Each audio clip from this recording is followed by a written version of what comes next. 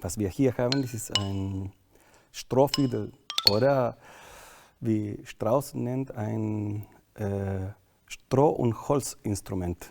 Es ist ein Instrument, das eigentlich aus der Volksmusik kommt.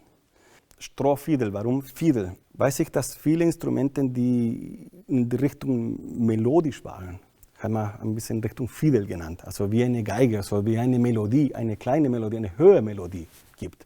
Deswegen war so Stroh und Fiedel bedeutet melodisches Instrument.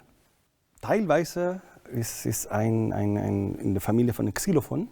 Das Wort Xylo bedeutet auf Altgriechisch, soweit ich weiß, etwas so wie Holz. Ne? Ein Xylophon, ein Holzinstrument. Der normale Xylophon, den wir hier links haben, das später kommt oder sich parallel entwickelt, vor allem in Frankreich, spielt man heutzutage mit Platten aus Palisander oder aus Rosenholz. Also sehr, sehr, sehr teure Edelmaterial, das aus dem Karibik kommt. Strohfiedel war ein sehr, sagen wir so, Matador-Lokal. Die meisten Material der Platten war Tannenholz. Ja, das ist aber natürlich absolut andere Klangqualität. Man braucht irgendwie eine Möglichkeit, damit die ein bisschen in der Luft vibrieren. Ja?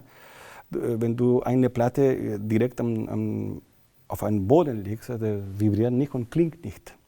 Heute in den modernen Instrumenten haben wir die Resonatoren, die aus Aluminium sind unten. Die geben diesen ganzen Klang. In einem Marimbaphon, ein großes Instrument, die Resonatoren sind riesig, ja? So wie ein Orgel sozusagen. Aber in dieser Zeit gab es noch nicht Resonatoren. Das war ein Tisch. Und dann haben wir natürlich was gefunden, was da in der Nähe hatte, und das war Stroh. Das Instrument liegt auf Stroh, damit ein bisschen in der Luft ist. Das ist keine ideale Lösung. In dieses Instrument haben wir sogar ein bisschen Schaumstoffmaterial unten getan, weil wenn du auf nur Stroh legst, das klingt wirklich gar nichts mehr.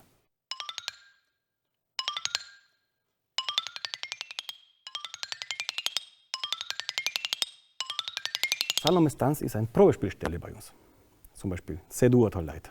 Lustigerweise, die C-Dur ist die schwierigste Tonart am Xylophon. Warum? Weil du hast keine Orientierung im Fis und Gis.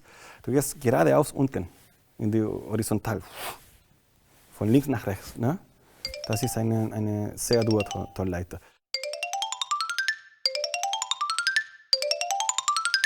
Das ist schwer. Und wenn du das hier spielst, du hast nicht den Fis hier, sondern du musst rausgehen. Ja. Siehst du das schon? Da musst du hin und her gehen. Das ist ein G. Und ich gehe die Reihe da nach oben.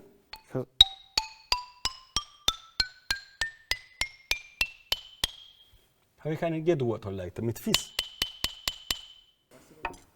Also ich habe persönlich noch nie ein Strohfiedel in einem Orchester gesehen. Also ein 4-Reihe-Xylophon, noch nie. Ich weiß nicht, ob der Strauss das Xylophon nicht kannte oder der hat das Klang gemocht von dem Strohfiedel besser als von einem Xylophon. Ich glaube es nicht. Aber diese Puzzleteile sind immer noch da. Also der hat in Dresden das aufgeführt. Kann sehr gut sein, dass vor Otto Seele das geschrieben hat. Warum auch nicht? Der hat dieses Instrument gespielt. Wahrscheinlich in dem. Stell dir vor, wäre das Instrument, wo das uraufgeführt hat. Wer weiß. Warum auch nicht?